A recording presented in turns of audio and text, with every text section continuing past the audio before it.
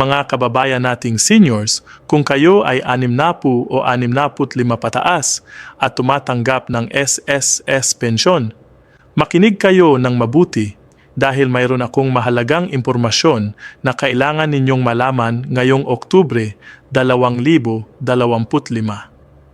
Maraming pensioners ang hindi alam na maaari silang malugi ng halos 1,300 piso o higit pa sa kanilang monthly pension dahil sa isang program na akala nila ay tutulong sa kanila pero sa katunayan ay may kaakibat na kondisyon.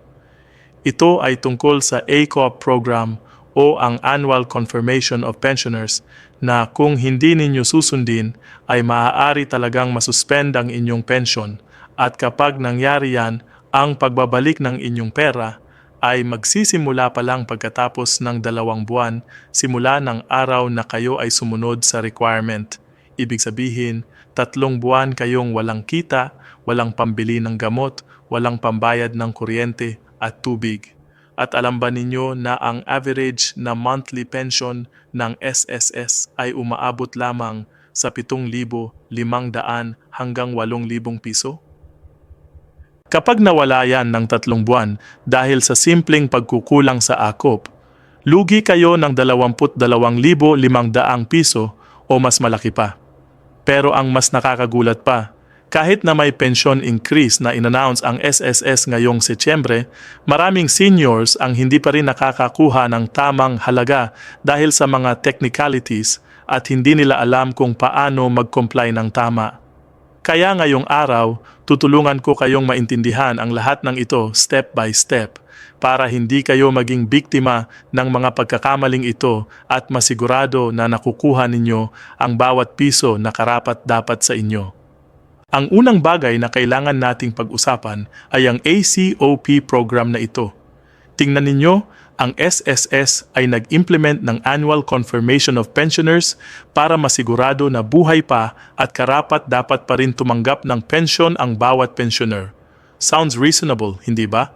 Pero ang problema dito ay maraming seniors, lalo na ang mga nasa malayong probinsya o ang mga may edad na at mahina na ang katawan ay nahihirapan sumunod sa requirements na ito. Ang SSS ay nag-send ng notice sa inyong registered address o sa email, pero maraming seniors ay hindi na nakatira sa lumang address na nakaregister sa SSS o kaya naman ay wala silang access sa email. Kaya ang nangyayari, dumaan na ang deadline at bigla na lang na-suspend ang pension nila. At pagdating ng Oktubre, wala na silang natanggap na pera. Imagine ninyo yan, mga kaedad ko, aasa kayo sa inyong pensyon para sa gamot, pagkain at supang araw-araw na gastos, tapos biglang wala. Ang mas masakit pa dito, kapag nasuspend ang pensyon ninyo, hindi automatic na ibabalik ang lahat ng naantala.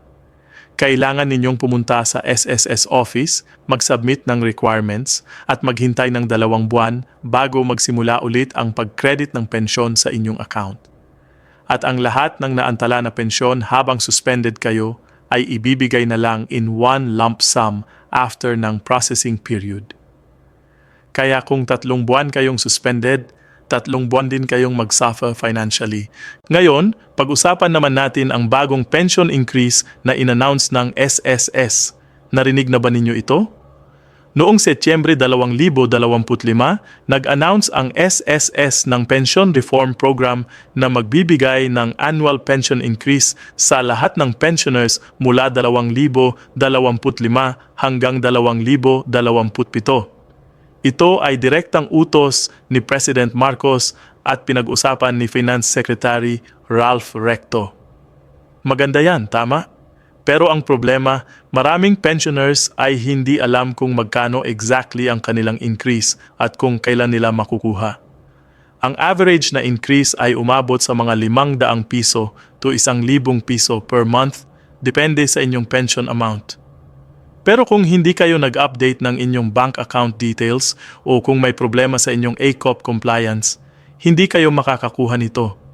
Kaya maraming pensioners ang lugi ng 1,300 piso o higit pa dahil sa combination ng late na pag-claim ng increase at mga penalties sa non-compliance. At alam ninyo, ang SSS ay hindi proactive sa pag-inform sa inyo. Kayo ang kailangan mag-follow up, kayo ang kailangan mag-check sa inyong My SSS account o pumunta sa SSS branch para mag-verify. Kaya ang mangyayari, tatanggap kayo ng pensyon pero ang luma pa ring amount at ang increase na dapat ay natanggap ninyo noong Setyembre ay mare-release lang after several months. Ang isa pang bagay na kailangan ninyong malaman ay ang My SSS Pension Booster Program. Maraming seniors ang hindi alam na meron silang opsyon na mag-contribute ng additional amount para mas malaki ang kanilang pension sa future. Ang Pension Booster ay voluntary savings program na pwede kayong mag-contribute ng as low as ₱500 per payment.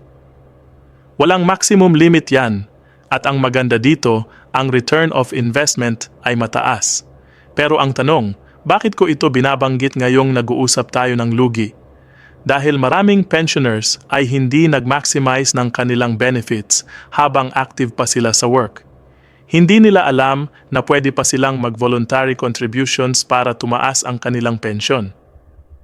At ngayon na retired na sila, ang kanilang monthly pension ay mababa lang at nahihirapan sila sa gastos.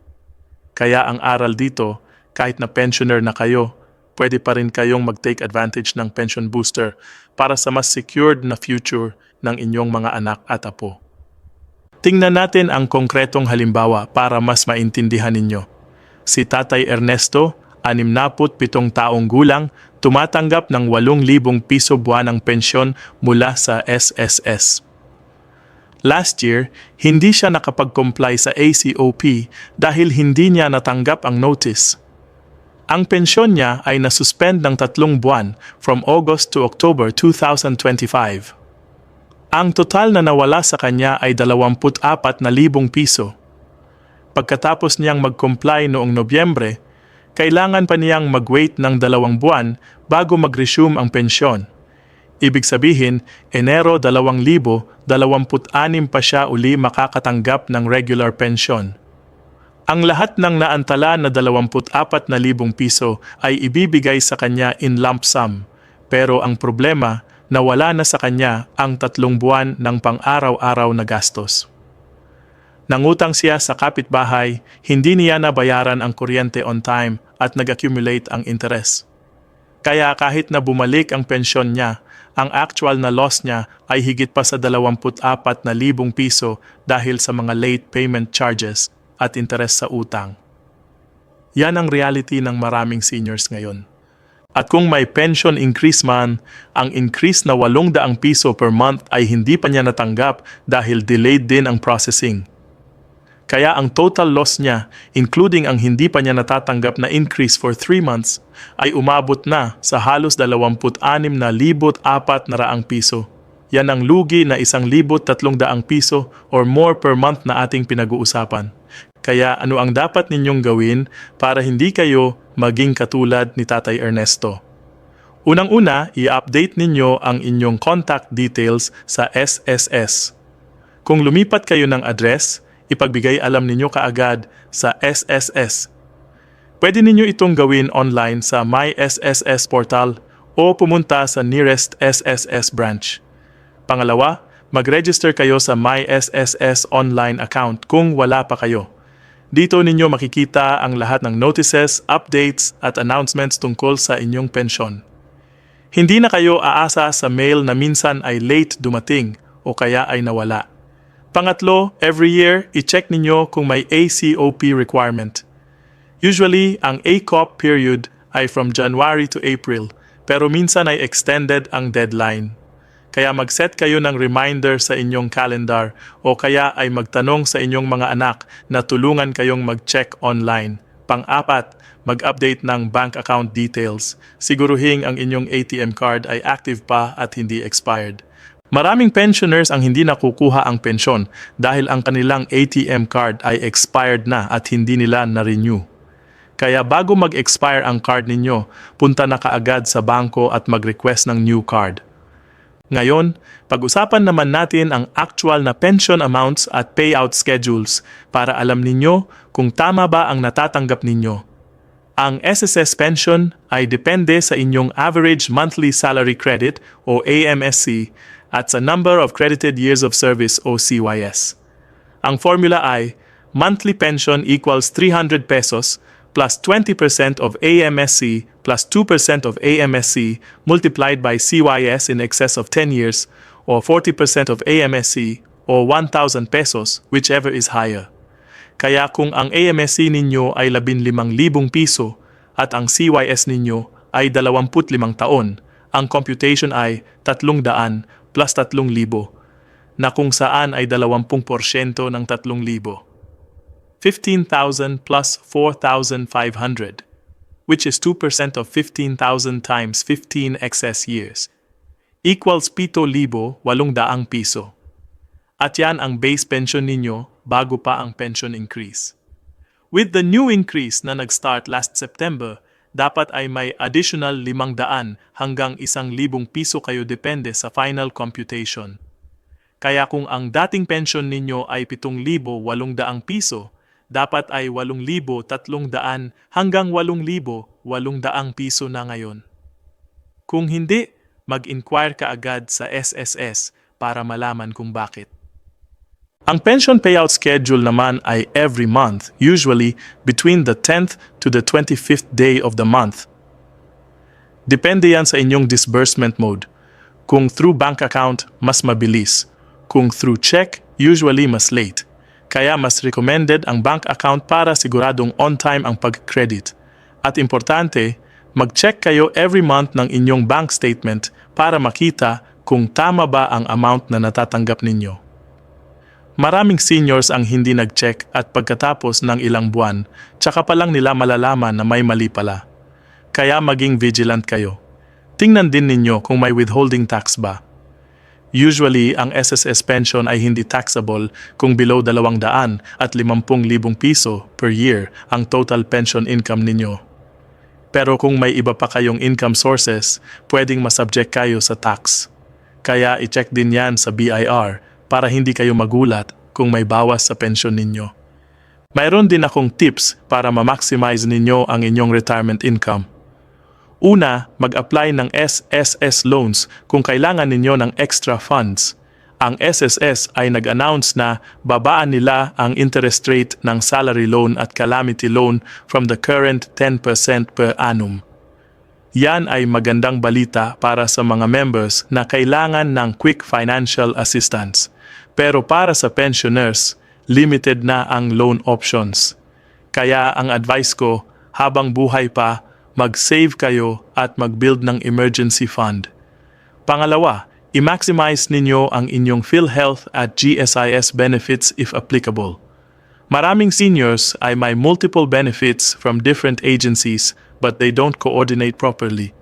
For example, if you have both SSS and GSIS, make sure na nag-file kayo ng lahat ng necessary claims. Pangatlo, i-involve ninyo ang inyong family sa financial planning. Maraming seniors ay nahihiya humingi ng tulong sa mga anak. Pero remember, it's better to communicate early than to suffer in silence. Pang-apat, mag-attend ng free seminars na ino-offer ng SSS. Usually, may mga seminars sila tungkol sa retirement planning at pension benefits. Doon ninyo makakakuha ng first-hand information at pwede din kayong magtanong directly sa SSS representatives. At ngayon, ang mga practical tips para sa pag-visit sa SSS office. Alam ko, mahirap pumunta sa SSS office lalo na sa mga seniors na limited ang mobility. Pero kung kailangan talagang pumunta, ito ang dapat ninyong gawin. Una, mag-schedule kayo ng appointment online sa MySSS portal. Hindi na kayo pipila ng matagal kung may appointment. Pangalawa, dalhin ninyo ang lahat ng required documents. Dala-dalhin ninyo ang valid ID, SSS number, birth certificate kung needed, at lahat ng supporting documents na hinihingi sa notice. Pangatlo, pumunta ng maaga, preferably opening time, para hindi mainitan o kaya ay hindi na kayo ma-accommodate. Pang-apat, magdala ng companion, mas mabuti kung anak o apo, para may tutulong sa inyo sa pag-fill up ng forms at sa pakikipag-usap sa staff. Panlima, magdala ng snacks at tubig dahil minsan ay matagal ang proseso kahit na may appointment. At last, maging patient at courteous sa SSS staff. They are there to help you, pero sila rin ay overworked dahil sa dami ng pensioners na pumupunta everyday. Mga kababayan, ang mensahe ko sa inyo ay simple. Huwag kayong magpabaya sa inyong SSS pension. Ito ay karapatan ninyo. Ito ay resulta ng mahabang taon ng trabaho at kontribusyon. Kaya bantayan ninyo ito, alagaan, at siguruhing nakukuha ninyo ang bawat piso na dapat sa inyo. Ang 1,300 piso na lugi ay hindi maliit na halaga para sa isang pensioner na ang monthly income ay 7,000 hanggang 8,000 piso lang. Kaya mag-ingat kayo, mag-update ng details, sumunod sa ACOP, at laging bantayan ang inyong pension account. At kung may tanong kayo, huwag kayong mahiyang magtanong. Punta sa SSS office, tumawag sa SSS hotline, o kaya ay magtanong sa inyong mga kamag-anak na mas techy at pwedeng tumulong sa online transactions. Remember, ang retirement ay dapat ay relaxing at enjoyable. Huwag ninyong hayaang masira ito dahil sa mga technicalities at missed deadlines. Ingat kayong lahat at sana ay nakatulong ang video na ito sa inyo. Hanggang sa muli mga kababayan, God bless you all.